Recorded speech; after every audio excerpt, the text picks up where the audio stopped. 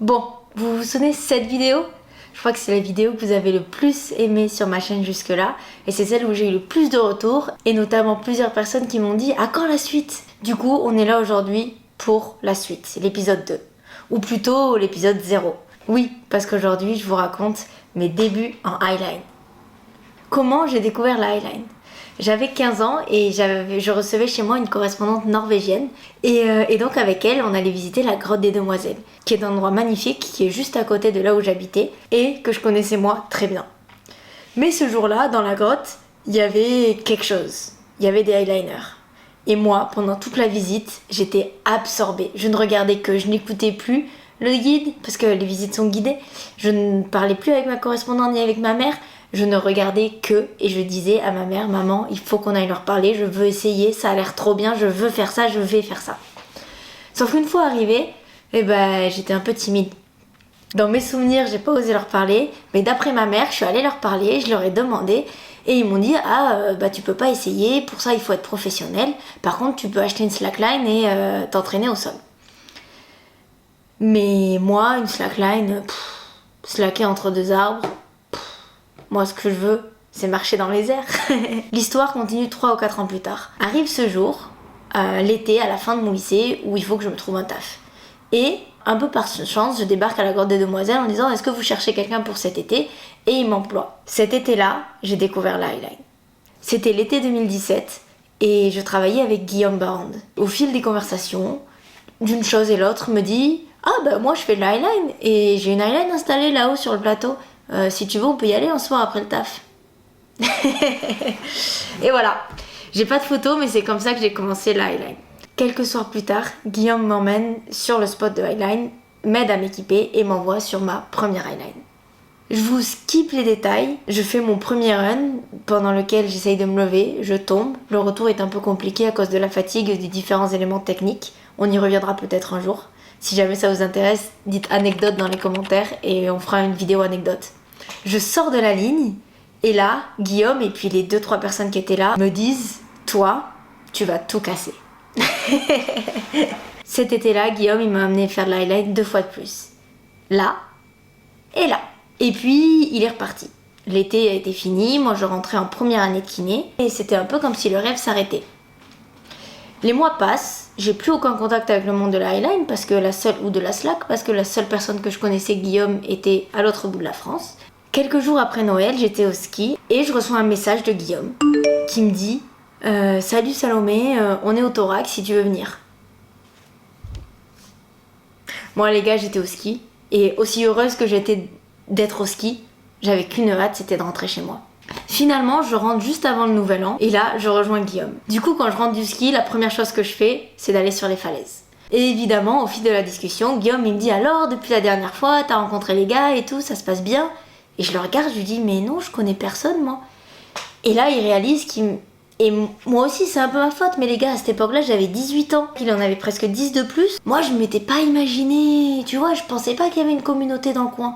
J'ai même pas pensé à demander, en fait. Et lui, il me dit « Ah, mais il y a plein de gens motivés sur Montpellier, attends, je vais t'ajouter sur le groupe et tout. » Et là, il m'ajoute sur le groupe les Mous de la Sangle. Du coup, les Mous de la Sangle, c'est quoi? C'est le groupe de Slack de Montpellier. Sur le groupe des Mous de la Sangle, il y a des messages quasiment tous les week-ends. Et moi, dès que je peux, j'y vais. Faut savoir qu'à l'époque, je jongle entre mes cours d'escalade, mes études de kiné, les soirées étudiantes aussi, on va pas se mentir. Gros bisous à tous les copains de la Fafa. Et puis, du coup, cette nouvelle passion un peu dévorante pour la eyeline. Du coup, dès que je peux le week-end, je les rejoins. Le truc, c'est qu'à l'époque, moi, je m'en rendais pas compte, mais j'ai eu une chance inouïe. Le groupe qui m'a recueilli, les gars qui étaient là, ils étaient hyper bienveillants. On m'a très rapidement mis en confiance. Ils m'ont dit « Ouais, tu peux aller sur nos lignes. Ah, vas-y, essaye la 80, essaye la 30, essaye la 100. » Ils étaient toujours là à me pousser, à m'aider. Et ça a donné plein de trucs cool. On a fait Claré, on a fait le Thorax, on a fait Issensac. Et au début, un peu comme au Nouvel An, je me lève, je tombe. Je me lève, je tombe. Comme tous les débutants finalement, j'ai pas commencé directement en faisant des tricks. Comme tout le monde au début, ça prend du temps. Surtout que j'avais jamais appris au sol. Finalement, entre janvier et mai, j'ai pas fait beaucoup mieux. Mais quel bonheur! À chaque fois que j'allais sur la ligne, c'était avec le sourire, j'adorais ça. Et j'avais qu'une envie, c'était d'y retourner. Finalement, au mois de mai, je vais pour la première fois de ma vie faire de la waterline. Qu'est-ce que c'est la waterline? C'est la slackline au-dessus de l'eau. Et là, les gars, ils avaient rigué 3 water, je m'en souviens très bien. Il y en avait une, elle faisait 25 mètres, l'autre, elle faisait 40, et une très très longue, je saurais même pas dire, peut-être 60, alors très très longue, 60 mètres, quelque chose comme ça. Et comme je faisais en highline, je fais pareil, mais en waterline. C'est-à-dire que je vais sur la ligne, j'essaye de me lever, je tombe. J'essaie de me lever, je tombe. J'essaie de me lever, je tombe. Et là, je faisais même pas un pas. C'est-à-dire que j'arrivais à tenir un peu, et puis je tombais. J'ai passé l'après-midi sur les 3 lignes jusqu'à être complètement KO. Parce que la highline, il faut remonter le leash. Mais la water, il faut nager et remonter le leash. Autant vous dire qu'à la fin de la journée, j'étais KO. Mais ça a tout changé. Pourquoi ? La fois suivante en highline, je crois que c'était quelques jours ou quelques semaines après, je traverse ma première 30 mètres. Voilà. Je suis passée de faire 3 pas sur une ligne à traverser une 30 mètres. Juste parce que je me suis butée sur une waterline pendant toute une après-midi. Bon, il y a un autre truc. Vous vous souvenez de Guillaume qui m'avait fait découvrir la highline? Ouais, ce gars-là. Ce gars-là, il organisait le THT, qui est un festival de highline. Et moi, je m'étais dit, je veux pour le festival de Guillaume, je sois capable de marcher. Du coup, ce déblocage en water, il m'a un peu sauvé la mise. Parce que le festival, c'était 1 mois plus tard. J'arrive donc à ce festival avec un peu moins de 6 mois d'highline dans les pattes. Et je me retrouve à pouvoir marcher les lignes, tout simplement. Tous les étés, après le THT, il y a une motivation qui se fait et tout un groupe de slackers qui va au même endroit. Et cet été-là, tout le monde est venu au Thorac. Moi, je rentrais chez moi. J'étais en stage à l'époque. Et du coup, je partais le matin de chez moi, j'allais à Montpellier en stage. Je faisais mon stage toute la journée. J'étais en stage à l'hôpital, donc je finissais vers 16h. À 16h, je reprenais la route et je rejoignais directement les copains à la rivière pour faire de la water et puis de la highline. Cet été-là, pour le 2e été consécutif, je bossais à la Grotte des Demoiselles. Mais ça m'a pas empêché, sur chaque jour de repos, d'aller faire de la highline à droite à gauche. Pour ne citer que ça, il y a eu les gorges du Banquet, il y a eu le lac du Sauté, il y a eu Ponsonnas aussi. Au Sauté d'ailleurs, il m'est même arrivé cette histoire de fou qui m'a mis un peu dans la merde vis-à-vis de mon taf. Anecdote dans les commentaires si vous voulez l'histoire. À cette époque-là, chaque run me faisait aimer encore plus la highline. J'arrivais pas à penser à autre chose. Tout n'était que highline. Chaque fois que je descendais d'une ligne, je n'attendais qu'une chose, c'était de remonter sur une highline. C'était mon truc quoi. Arrive la fin des vacances et les gars continuent à voyager, mais moi j'ai cours. Et contrairement à pendant l'été où sur les jours de repos il n'y a rien à faire, là sur les week-ends j'ai du travail. Du coup, c'est vrai qu'à mon grand regret, à cette époque-là, je me retrouve à pouvoir faire moins de slack. Et oui, j'ai pas de matériel et j'ai pas de copains avec qui riguer. Arrive la fin du mois d'octobre et pour Halloween, le week-end était un peu plus long et donc je décide de rejoindre les copains là où ils sont. Et où ils sont dans un petit bled pas très loin de Limoux où on ouvre 2 magnifiques lignes tous ensemble. Ama, Carlito. On est où là? C'est les cailloux, mec! C'est le caillou.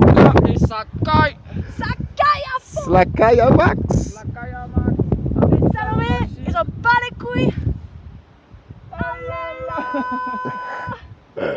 Salomé, elle ouvre des 180. Pareil, j'ai une petite anecdote sur le rigging de cette ligne-là. Si jamais elle vous intéresse, commentez anecdote et puis on fera cette vidéo où je vous raconte toutes ces petites histoires. C'était le dernier week-end un peu loin de chez moi que je faisais cette année-là. Tous les autres week-ends de novembre et décembre, quasiment, j'ai fait de la highline au Thorac, à Claré ou au spot tout fraîchement ouvert d'Agonès. Ce nouvel an-là, on était au Thorac, on avait prévu de faire un nouvel an un peu petit comité. Bref, un nouvel an entre Montpelliérains quoi. Mais 2-3 jours avant le nouvel an, on voit des voitures qui débarquent et des voitures et des camions.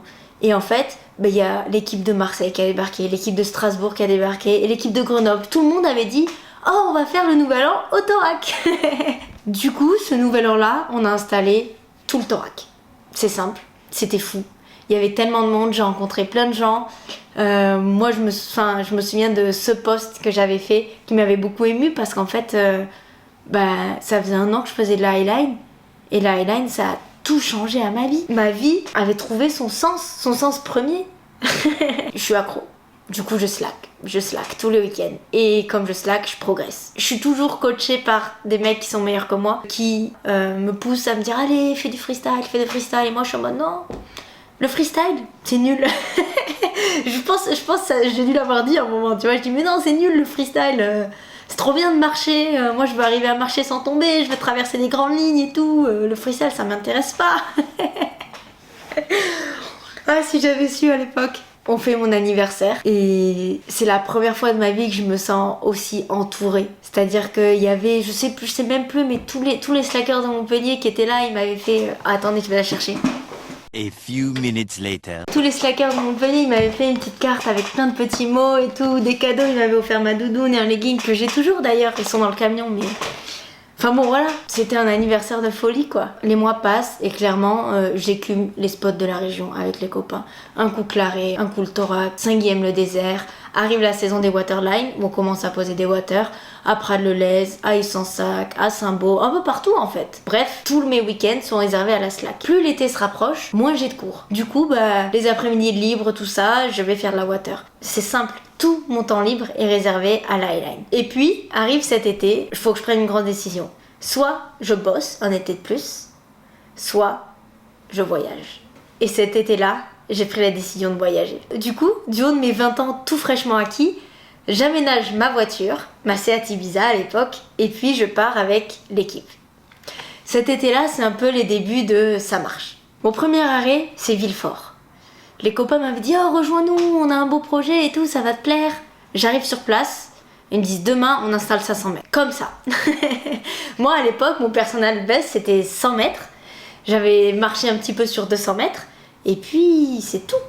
On n'avait jamais installé 500 mètres. Les gars, à l'époque, 500 mètres, c'était fou. Il y avait très peu de gens qui installaient 500 mètres à l'époque. Bref, le lendemain matin, on tape la ligne. 500 mètres de joker, pour vous dire. Et puis, on va rayer la ligne. Cette ligne-là, elle a un peu tout changé. Un peu. Quand je l'ai traversée la première fois, c'était la découverte du humping. Pour ceux qui savent pas, le humping, c'est un mouvement avant-arrière quand la sangle est longue et qu'il y a de l'élasticité. Mon premier run sur cette ligne, je marche, je fais peut-être 20 mètres, je tombe. 20 mètres, je tombe. Je la traverse quand même, hein, parce que là-dedans, ça tombe pas très rond et quand ça veut aller au bout, ça va au bout. Mais bon, ça me prend plusieurs heures, c'est sûr. J'arrive au bout, je suis épuisée, je les regarde, je dis les gars, c'est nul les grandes lignes. Je veux plus faire ça, c'est épuisant, c'est fatigant, c'est chiant, je fais que tomber et tout. Les gars ils me disent mais non, tranquille, c'est la première fois et tout, retourne-y demain, reposer, ça va aller et tout. Le lendemain, j'y retourne. Et là, je comprends un peu mieux la ligne. On avait des bartacs tous les 100 mètres, je tombe à chaque bartac. C'est une nette amélioration par rapport à la veille où je suis tombée 1 milliard de fois. 100 mètres, c'était mon personal best à l'époque. Et puis, le lendemain, pareil. Le surlendemain, pareil. Au bout d'un moment, je vois les gars qui sont capables de marcher 400, il y en a qui la flashent. Évidemment, les gars sont bien meilleurs que moi, mais quand même, j'ai envie de faire moi aussi, j'ai envie de marcher plus longtemps. Au fil des discussions, je demande un petit peu, et il y en a 2 qui m'ont donné des conseils qui m'ont permis de comprendre, je pense. Je traverse la ligne, comme d'hab, je tombe tous les 100 mètres. Le retour, je l'avais encore jamais fait, parce qu'on pouvait sortir de l'autre côté. Et ce jour-là, je me dis, vas-y, aujourd'hui, je fais le kilomètre, et je fais demi-tour. Je m'assois, je me tourne, je me lève, je tombe. Je me lève, je tombe. Et ça, 4-5 fois peut-être d'affilée. Plutôt que de m'énerver, je me dis, vas-y, c'est comme ça, essaie une dernière fois, et si ça marche pas, c'est que c'est pas le jour. C'est que t'es pas prête mentalement à faire le kilomètre et à faire demi-tour, c'est pas grave. Du coup, je me lève et je commence à marcher. Et là, ça déroule. Je marche. Je marche. Je passe un premier bartac. Et il passe. Et là, en fait, je commence à me rappeler ces 2 phrases que les gars m'ont dit. Quand je leur ai demandé comment on fait pour passer une grande ligne, il y en a un qui m'a dit, bah écoute, c'est simple, tu marches et puis t'attends. Et puis le deuxième qui m'a dit, mais pour pas tomber, il suffit de rester dans ta zone d'équilibre. Ces 2 conseils, ils ont fait écho dans ma tête. Et quand je passe ce premier bartac, ils résonnent en moi. Et je me répète que ça. Et du coup, je reste les bras bien haut, bien droite. Je marche, j'attends et je reste dans ma zone d'équilibre. Et je passe un 2e bartac. Et je passe un 3e bartac. Et j'arrive au bartac à 50 mètres. Et là, mon leash reste bloqué et je tombe. Et là, je suis sûre que vous avez fait un « Oh non !» Mais en fait, moi... C'était pas oh non, c'était incroyable ce qui venait de se passer. J'avais compris, c'était ok, je sais comment marcher des grandes lignes maintenant. Je suis sortie de la ligne, je pleurais, j'ai remercié les gars, j'ai dit les gars, j'ai compris. Vous vous rappelez 1 an et demi auparavant quand j'ai commencé la highline, mon rêve c'était de traverser des lignes sans tomber. Et là, ok, je l'avais pas fait ce jour-là, mais j'ai compris. J'ai dit ok, maintenant, ma prochaine grande ligne, elle va passer, j'en suis sûre. Et retenez bien ça. Du coup, au THT, juste après ça, je discute avec Louise pendant qu'on faisait le repas. Et elle me dit, bah écoute, nous on a un projet cet été avec Slacktivity. On va riguer des belles lignes, faire des tricks, est-ce que tu veux venir? La suite, vous la connaissez, ou si vous la connaissez pas, allez checker tout de suite l'épisode 2 qui est en ligne depuis presque 2 ans maintenant.